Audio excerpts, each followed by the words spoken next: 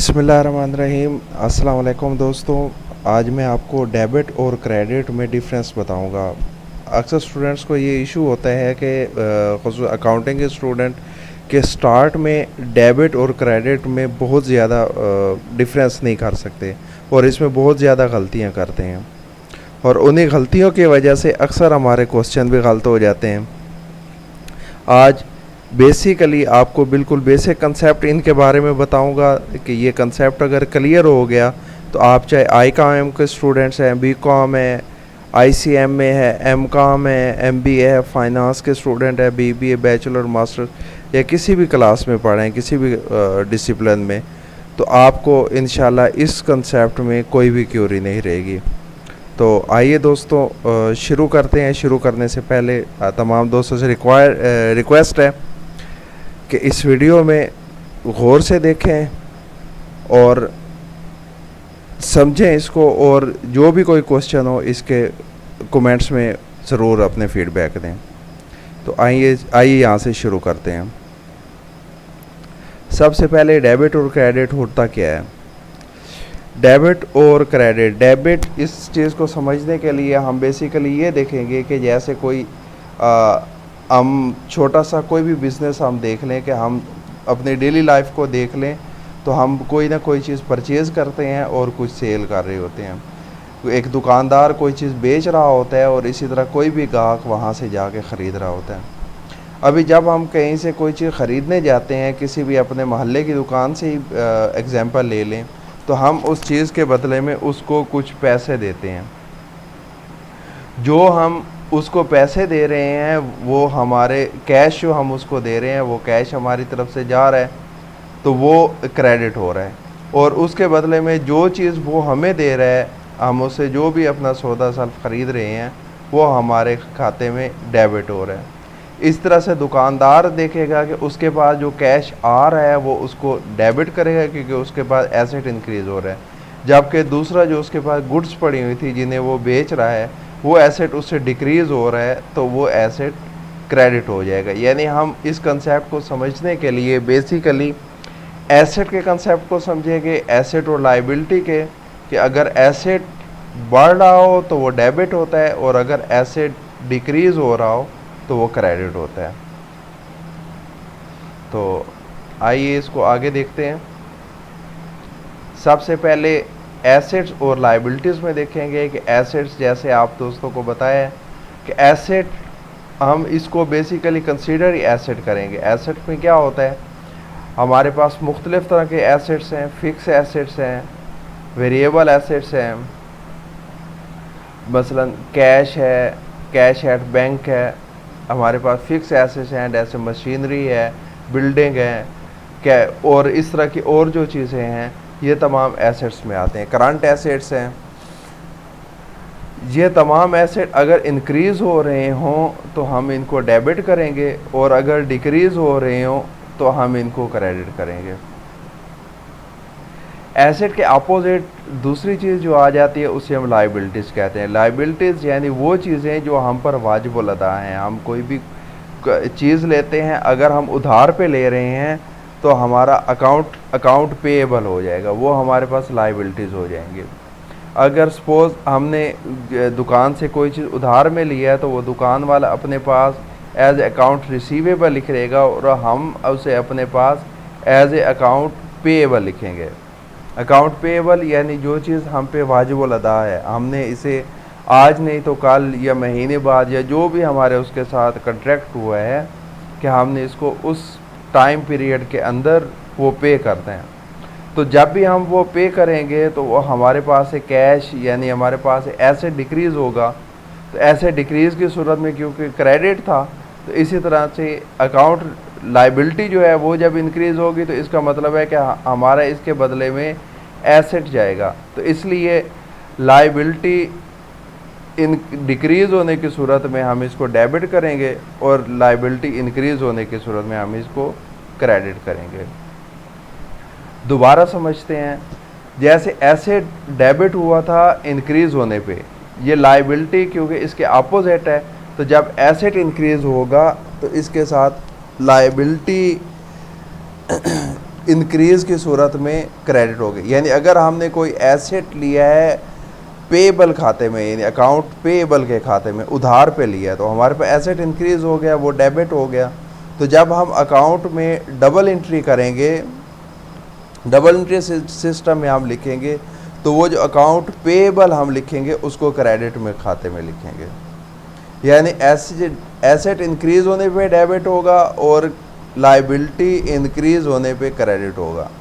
इसी तरह से अगर हमारा एसेट डिक्रीज़ हो रहा है, यानी हमने अकाउंट पेएबल पे वो कैश वो अमाउंट दे दी है, तो उसके बदले में हमारी लाइबिलिटी भी डिक्रीज़ हो रही है। यानी जब एसेट डिक्रीज़ हुआ तो हमने क्रेडिट किया, तो उसके साथ ही हमारी लाइबिलिटी भी डिक्रीज़ हुई, तो हम उसको डेबिट करेंगे। यानी ये दोनों एक दूसरे के साथ अपोजिट चलते हैं। इसके बाद दूसरी जो कंपेयर आ जाता है, कंपैरिजन, वो है एक्सपेंसेस और इनकम का। एक्सपेंसेस यानी कोई भी कारोबार करने के लिए हम जो कुछ खर्च कर रहे हैं वो हमारे पास एक्सपेंसेस हैं, और जो हमें इनकम उससे वसूल हो रही है, जो भी हमारे पास कैश है, जो कुछ हमें वसूल हो रहा है वो इनकम है। अभी एक्सपेंस की सूरत में, क्योंकि एक्सपेंस की सूरत में हमारी डबल एंट्री में क्या होगी, एक्सपेंस मसलन हम वेजेस पे कर रहे हैं, लेबर चार्जेस दे रहे हैं, यूटिलिटी बिल्स पे कर रहे हैं, तो उन यूटिलिटी बिल्स या वेजेस की सूरत में हमारे पास एक कैश यानी एसेट डिक्रीज़ हो रहा है। तो एसेट डिक्रीज़ हुआ तो एसेट हो गया क्रेडिट, और एसेट के बदले में चूँकि एक्सपेंस हो रहा है, एक्सपेंस इंक्रीज़ हो रहा है, तो वो एक्सपेंस हमारे पास डेबिट हो जाएगा। यानी हम लिख सकते हैं कि एक्सपेंस इंक्रीज़ होने की सूरत में डेबिट होगा और एक्सपेंस डिक्रीज़ होने की सूरत में क्रेडिट होगा। दोबारा बताता हूँ कि एक्सपेंस किस सूरत में हुआ है हमारे पास, यानी हमने कोई भी वेजेस पे किए, तो वेजेस पे करने के लिए हमारे पास से एसेट डिक्रीज़ हुआ।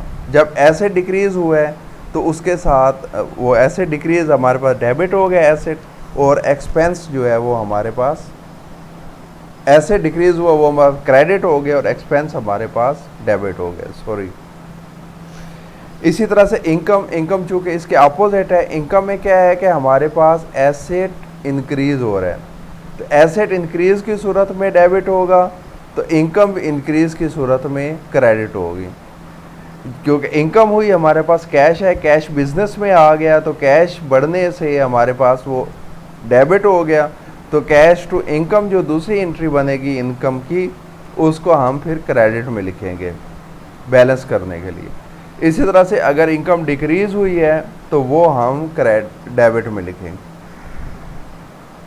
नेक्स्ट पेयर है हमारे पास कैपिटल और ड्राइंग्स। कैपिटल क्या है कि जो कोई भी बिज़नेस स्टार्ट करने के लिए जो बिज़नेस ऑनर है वो इनिशियली जो कुछ इन्वेस्ट करता है उसे हम कैपिटल कहते हैं, और ड्राइंग्स उस बिज़नेस से कुछ भी निकालने के लिए, जो उस बिज़नेस से जो कुछ भी वो ऑनर निकालता है अपने ज़ाती इस्तेमाल के लिए, उसको हम ड्राइंग कहते हैं। अच्छा, जब कैपिटल वो इन्वेस्ट करेगा तो किस सूरत में करेगा, वो कैश की सूरत में भी कर सकता है, वो लैंड की सूरत में भी कर सकता है, वो मशीनरी की सूरत में भी कर सकता है। जब आप क्वेश्चन करेंगे तो इसमें मुख्तलिफ तरह के क्वेश्चन आएंगे, कहीं पे started business with cash, started business with machinery, started business with land, यानी कुछ भी आ सकता है। तो जिस भी एसेट की सूरत में वो बिजनेस स्टार्ट कर रहा है, वो एसेट चूँकि बिजनेस में दाखिल हो गया है, लिहाजा बिजनेस में एसेट इंक्रीज़ हुआ है, इसलिए हम उस एसेट को डेबिट करेंगे। और जो कैपिटल है ये क्योंकि लाइबिलिटी बन गई है बिज़नेस की कि इसने अपने ऑनर को ये पे करना है, तो ये कैपिटल जो है उस सूरत में ये क्रेडिट हो जाएगी। यानी इस कैपिटल के सूरत में जो हमारे पास एसेट आया वो डेबिट हो गया, और कैपिटल आने की सूरत में, कैपिटल इंक्रीज़ की सूरत में हमारे पास क्रेडिट हो गया। इसी तरह जो ड्राइंग है, ड्राइंग में चूँकि कैपिटल निकल रहा है, कम हो रहा है, जो ड्राइंग हम उसे पे कर रहे हैं, तो हमारे पास वो लाइबिलिटी जो है वो डिक्रीज़ हो रही है। तो इस सूरत में क्योंकि कैश निकल गया, हमारा एसेट डिक्रीज़ हो गया, एसेट डिक्रीज़ हुआ तो वो क्रेडिट हो जाएगा और जो ड्राइंग्स हैं ये हमारे पास डेबिट हो जाएंगे। क्लियर।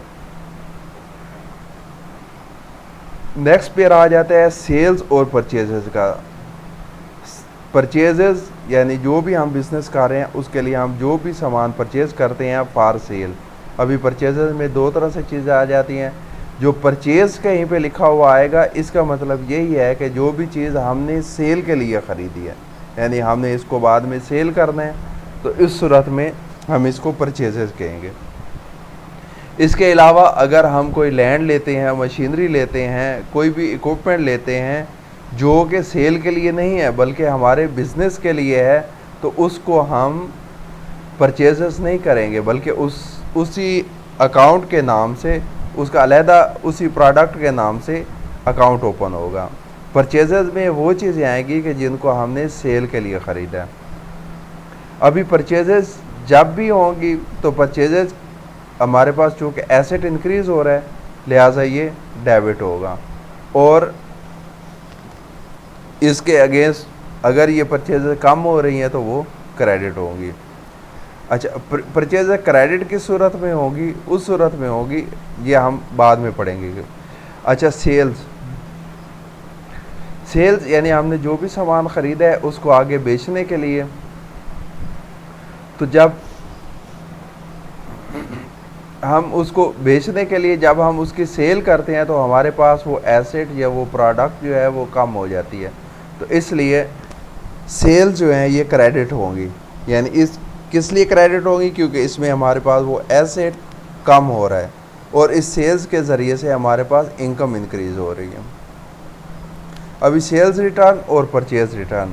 अब ये परचेजेस जो बात हुई थी कि परचेजेस कम कैसे होगी, कि जब हमने कोई चीज़ क्रेडिट कैसे होगी, जब हमने कोई चीज़ परचेज़ की है, हमारे पास सपोज़ हमने 10 आइटम कोई परचेज़ किए हैं और जब हमारे पास वो सामान पहुंचा तो उसमें से हमने डब्बे खोले तो 2 आइटम उनमें से ख़राब निकले। उनको अब हम अपने जो कंट्रैक्टर है उसको हम वापस करेंगे, तो उस सूरत में हम इसको परचेज़ रिटर्न करेंगे। इसी तरह से हमने जो सेल की है तो हमारा जो कस्टमर है अगर वो हमसे 100 चीज़ें ख़रीद के लेके जाता है उसमें से 10 चीज़ें हमें वापस कर देते हैं तो उसे हम सेल्स रिटर्न करेंगे। अब ये सेल्स रिटर्न और परचेज़ रिटर्न बिल्कुल इसके परचेजेस और सेल्स के अपोजिट होगा। जिस तरह से परचेजेस डेबिट हुई हैं तो परचेज़ रिटर्न क्रेडिट हो जाएगा, सेल्स क्रेडिट हुई हैं तो सेल्स रिटर्न डेबिट हो जाएगा। सेल्स रिटर्न डेबिट हो गया और इसी तरह से परचेज़ रिटर्न हमारे पास क्रेडिट हो गया कि जब भी ये परचेज़ रिटर्न होगी तो उसको हम क्रेडिट करेंगे। दोस्तों, अभी इस तमाम चैप्टर का कंक्लूजन सबसे पहले एसेट्स जब भी इंक्रीज़ होंगे तो हम उसको डेबिट करेंगे और इसी तरह से जब डिक्रीज़ होंगे तो हम उसको क्रेडिट करेंगे। लायबिलिटीज़ इंक्रीज़ होंगी तो हम उसको क्रेडिट करेंगे और जब ये डिक्रीज़ हो रही होगी तो हम इसको डेबिट करेंगे। एसेट और लायबिलिटी एक दूसरे के अपोजिट हैं। इस तरह से एक्सपेंसेस इंक्रीज़ की सूरत में डेबिट होंगे और इनकम इंक्रीज़ की सूरत में क्रेडिट होगी और इसी तरह से वाइस वर्सा। ये दोनों भी इनकम और एक्सपेंसेस एक दूसरे के अपोजिट हैं। इसी तरह से ट्रेड डिस्काउंट सपोज़ के कोई चीज़ उसकी प्राइस मार्केट में 100 रुपये है, जब हम उसको बल्क में परचेज़ कर रहे हैं तो सपोज़ हमने 1000 उसके पीसेस ख़रीदने हैं, तो उन 1000 पीसेस के लिए जब हम किसी से ख़रीदने जाएंगे और उसकी मार्केट प्राइस 100 रुपये है तो हम अपने क्लाइंट से ये डिस्कस कर लेंगे, पहले बार्गेन कर लेंगे कि हमें ये चीज़ डिस्काउंट पे दे, तो वो हमें 100 की बजाय हो सकता है 90 रुपीज़ पे दे दे। तो ये जो 10 रुपये वो छोड़ रहा है इसको हम ट्रेड डिस्काउंट कहेंगे और इसका कहीं भी कोई रिकॉर्ड नहीं होगा, ना इसको हम डेबिट करेंगे ना क्रेडिट करेंगे, बल्कि परचेज़ में हम प्राइस ही इसकी वही 90 रुपीज़ लिखेंगे कि जिसमें हमने परचेज़ किया है। इस तरह से डिस्काउंट रिसीव्ड इन इनकम, अगर इनकम में हमें कोई डिस्काउंट मिली है तो वो क्रेडिट होगी और अगर हम एक्सपेंस में कोई डिस्काउंट अलाउ कर रहे हैं तो वो हमारे पास डेबिट हो गए। कैपिटल हमेशा क्रेडिट होगा और ड्राइंग्स हमेशा डेबिट होंगी। सेल्स क्रेडिट होंगी, परचेजेस डेबिट होंगे। सेल्स रिटर्न डेबिट होंगी और परचेजेस रिटर्न क्रेडिट होंगी। दोस्तों कमेंट्स में लिखिएगा कि हमारा ये वीडियो आपको कैसी लगी। अल्लाह हाफ़िज़।